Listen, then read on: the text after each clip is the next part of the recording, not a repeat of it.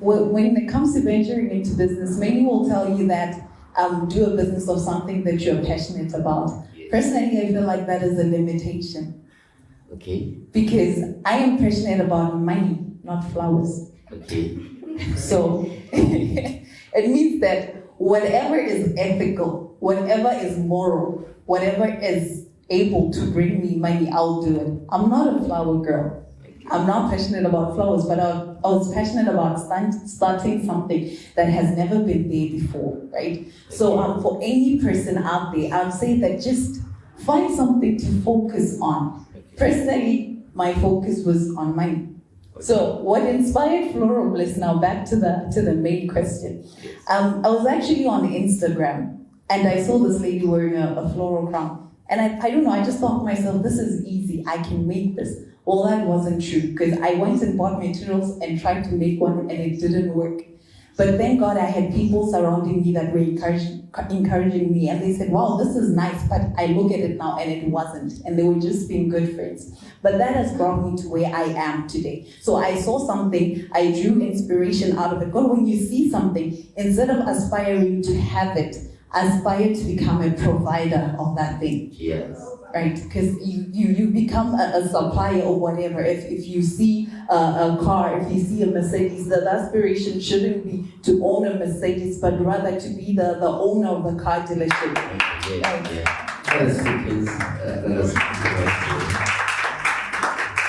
I believe we are learning a lot from our beautiful sister. Now, my sister Segomotso, please tell us about your business or your company. What is it all about? What are you doing? What are you offering us? Yes. My company, right? Yes. That's where I work. Your company, yes. Okay. My company, what it also offers is consultancy services, like I said. Currently, the services which I'm offering company secretarial, like a legal secretary, I can do that for you. I do company registration and business registration as well, tax returns with theirs. I do bank account opening with any bank that you can know in Botswana. You can come to me. I offer consultancy and advisory services. You come to me with an idea, we work around it and see how we can actually implement it until it's productive and yield results. Yes. Wow, that's wonderful. And how old are you? I'm 24 years old. 24 years old, and she's already helping people who are ahead of her in starting businesses and everything. Please tell us about the challenges that you have met so far. Okay, yes. The very first one was that people didn't really understand. It really took me a while to try and convince people that this is an actual thing and it can work. So I basically had to define the idea for myself in the market. And then, because many a times when people are ordering a floral crown, someone can send me my own design and say, hi, I saw this on Facebook, can you make this, can you show me your designs? What do they still think that I buy them as they are and come and sell them at a markup? But then I tell them, no, everything is made from scratch. So the other one was that defining the product itself to the market. The second one was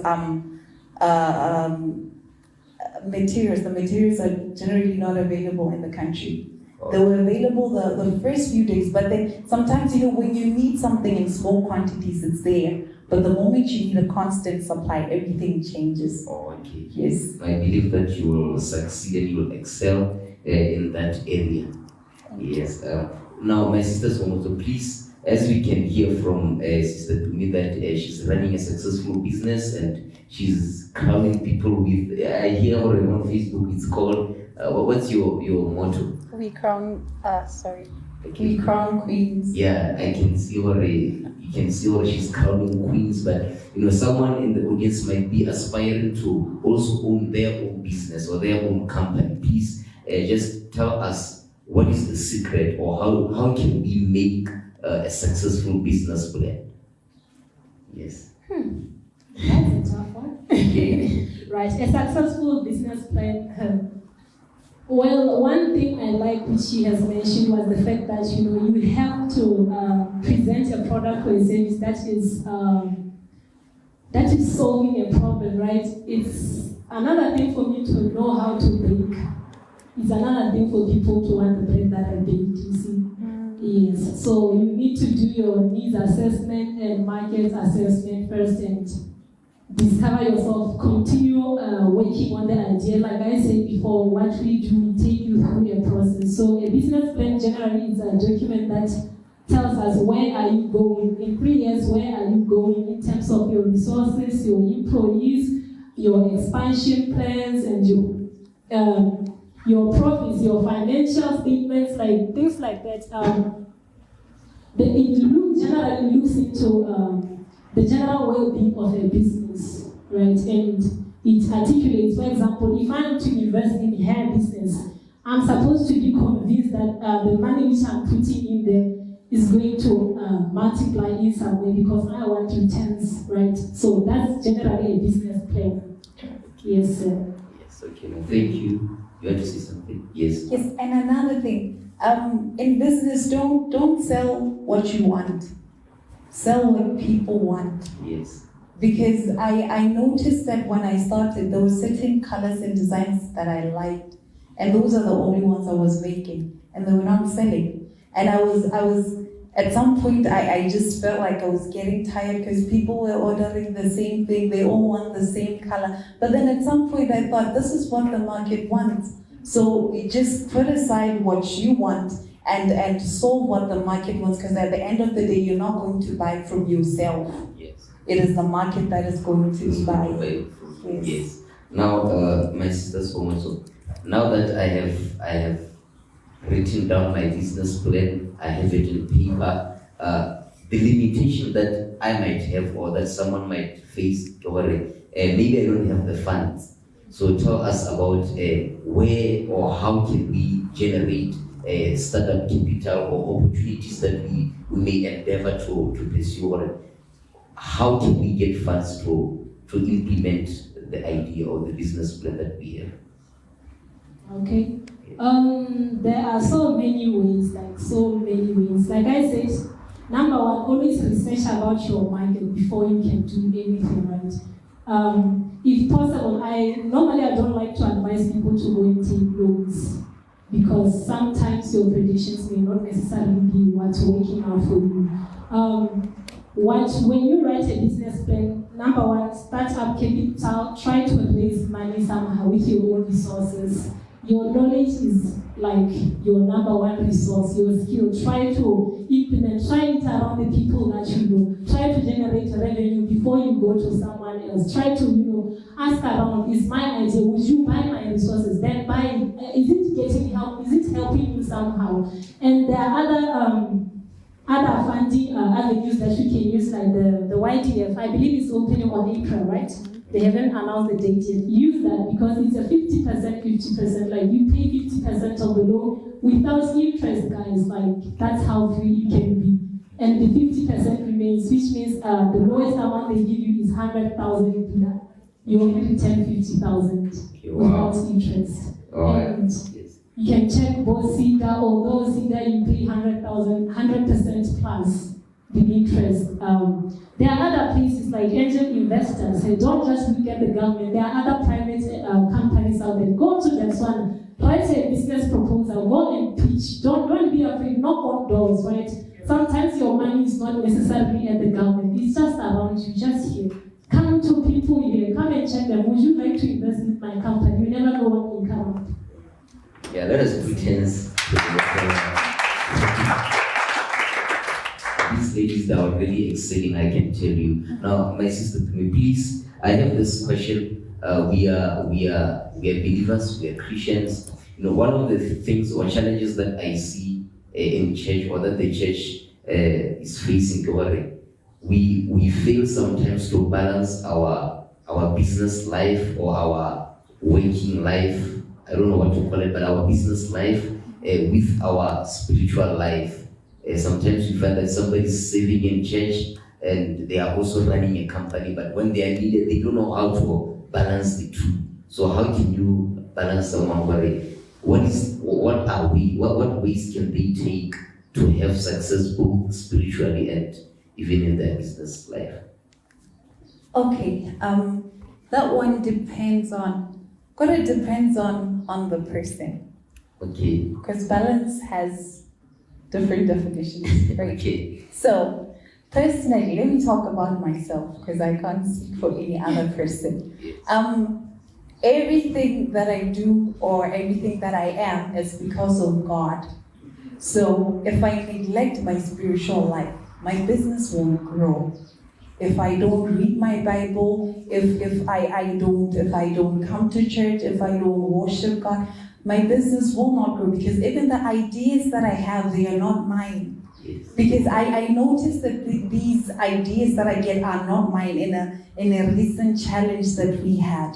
And the idea that my group came up with when the results came out, we had margins of over 2K between us and our competitors. Like literally people were making, just an example, 150 per day and having my group make 800 pula per day. So you can't tell me that it's human effort.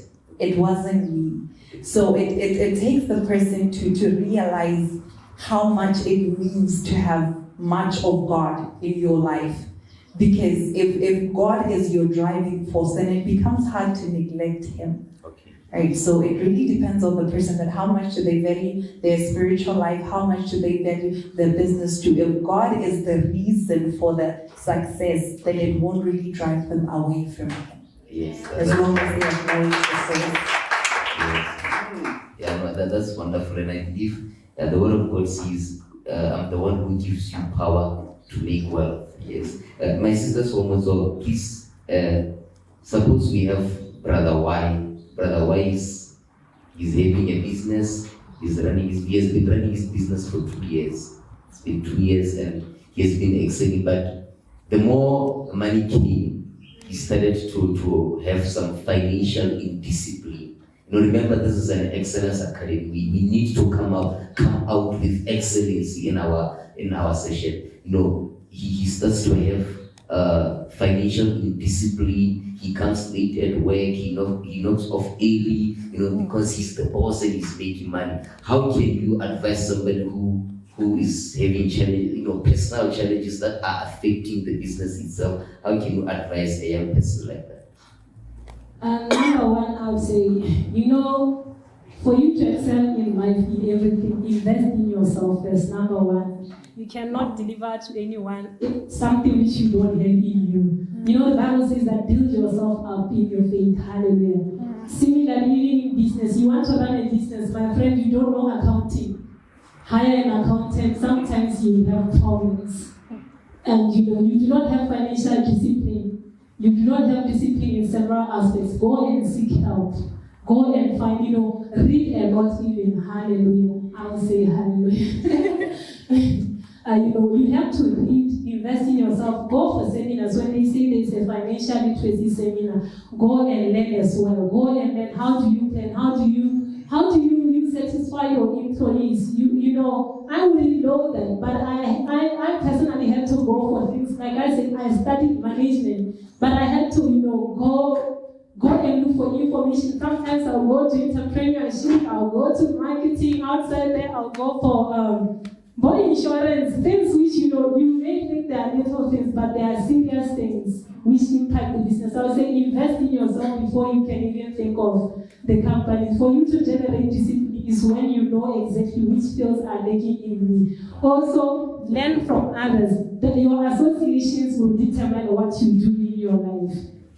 If I'm associating with someone who has no order, I would say, in their lives, that's exactly the kind of lifestyle that you're going to adopt in your life. Try to benchmark, try to imitate and look at those who are successful in life. And yeah. Okay, yes, my sister. Tumi, please tell us about the principles that one should maintain in a business for it to succeed. And the principles that, from your own personal experience and from your business associates, the experiences that you guys face, or the principles that you follow that can keep you in a business. Okay, the very first one is discipline. Yes. One may say that it's common, but when you actually get to practice it, it doesn't become so common. So an entrepreneur is disciplined. An entrepreneur is a risk taker.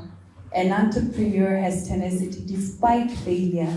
right? And another thing in any business is innovation. I know we're familiar with the term, but for any business to keep growing, it has to be innovative. Or for a business person to grow their business, they have to be innovative. Because if you don't innovate, they're going to overtake you. If you don't keep changing, if you don't keep introducing new products or new services to your company, others are going to overtake you. We've had very big companies crumble because they thought that their product was so great and so magnificent that it won't fall. For example, look at Nokia. One day we were laughing at Huawei, today we can't afford it. Sorry. So those are just examples. So for any person for your business to continue, you need those principles. Discipline, be a risk taker, but take calculated risks and always continue. Despite, it doesn't matter how many times you fail, always continue as long as you can see that in the long run this thing will work. And lastly, innovation. Okay. Yeah, before we close our session, so far we are done. But before we close, I'll give you 30 seconds to encourage someone who want to venture in business or who are looking forward to make their business success. A word of encouragement to young people out there who are in business. Yes. Okay, my encouragement is that don't get in business to become rich overnight. It takes time, it takes effort, it takes everything that you have. The first few months, depending on the type of business that you're running, are not going to be easy. But then, like I said, tenacity despite failure. You have to keep going, you have to keep pushing until you get there, because you will arrive. If you have to look at where the big companies that we have now that are ruling industries, when they started and where they started, you will not believe it. So as a young person wishing to venture into business, find mentors. Or don't be afraid to approach people, don't look down upon people. You can learn anything from anyone. So learn to ask and never stop learning. And trust God. Yes, my sister Songs. Just a word of encouragement. A word of encouragement. Brethren, one thing I would always tell my Christian friends is that, a Christian must be rich. Amen. That's how simple it is. When I began my journey, I told myself that, my first customers are going to be Christian, born again. I'm going to go to them and tell them to go into business and I will help them. And one definition I learned about an entrepreneur, it was so interesting. They say an entrepreneur is someone who jumps off a cliff and builds a plane going down. And I said, a Christian is someone who just jumps up and trusts God. And trust God to help them, The first step, sometimes it's easy for you to be easily swayed and be afraid. Yes, business is scary. Yes, being called a CEO sounds big and all that, but risks are meant to be taken. Go into this thing. This thing is for you. This thing is just you have the necessary skills. I used to think that I'm just a fresh graduate. What do I think I can do? And when we were called at UB to go and actually went there, I was like, this thing. I was just overthinking. This thing can be done. This thing can be done, and you can do it. Just take the first step, and the rest will unfold. And God, I believe He will lead you. Amen. Thank you so much, and I wish you guys will continue to excel in your business. Let us put our hands together.